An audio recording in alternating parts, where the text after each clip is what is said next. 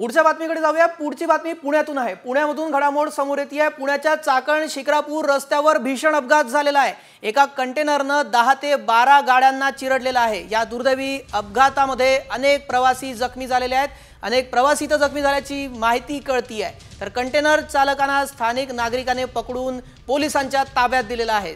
चाकण शिक्रापूर रस्त्यावर हा अपघात झालेला आहे। अनेक प्रवासी यात गंभीर जखमी झाल्याचं समजतंय।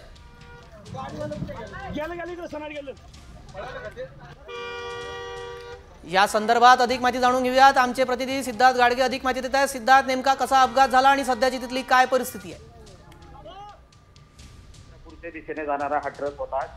चाकणच्या माणिक चौकामध्ये 3 महिलांना उडवल्यानंतर हा ट्रक पळून जात शिक्रापूरच्या दिशेने जात असताना या महामार्गावरती 12 ते 15 गाड्यांना अगदी जोरदार धडक देऊन विविध ठिकाणी अपघात केले। त्यानंतर हा ट्रक शिक्रापूर जवळ पोहोचल्यानंतर काही स्थानिक नागरिकांनी प्रवाशांनी त्या ट्रकला पकडलेला आहे।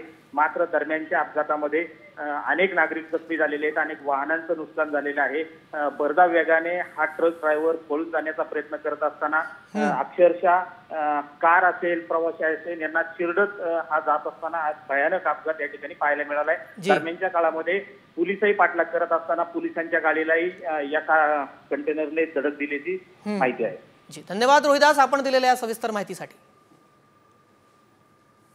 आपण पाहतोय चाकण शिक्रापूर रस्त्यावर हा भीषण अपघात झालेला आहे। अनेक वाहनांना चिरडत हा कंटेनर समोर जात असल्याची माहिती आमच्या प्रतिनिधीने आपल्या समोर आता दिलेली आहे। अनेक प्रवासी यात गंभीर जखमी झाल्याचं समजतंय।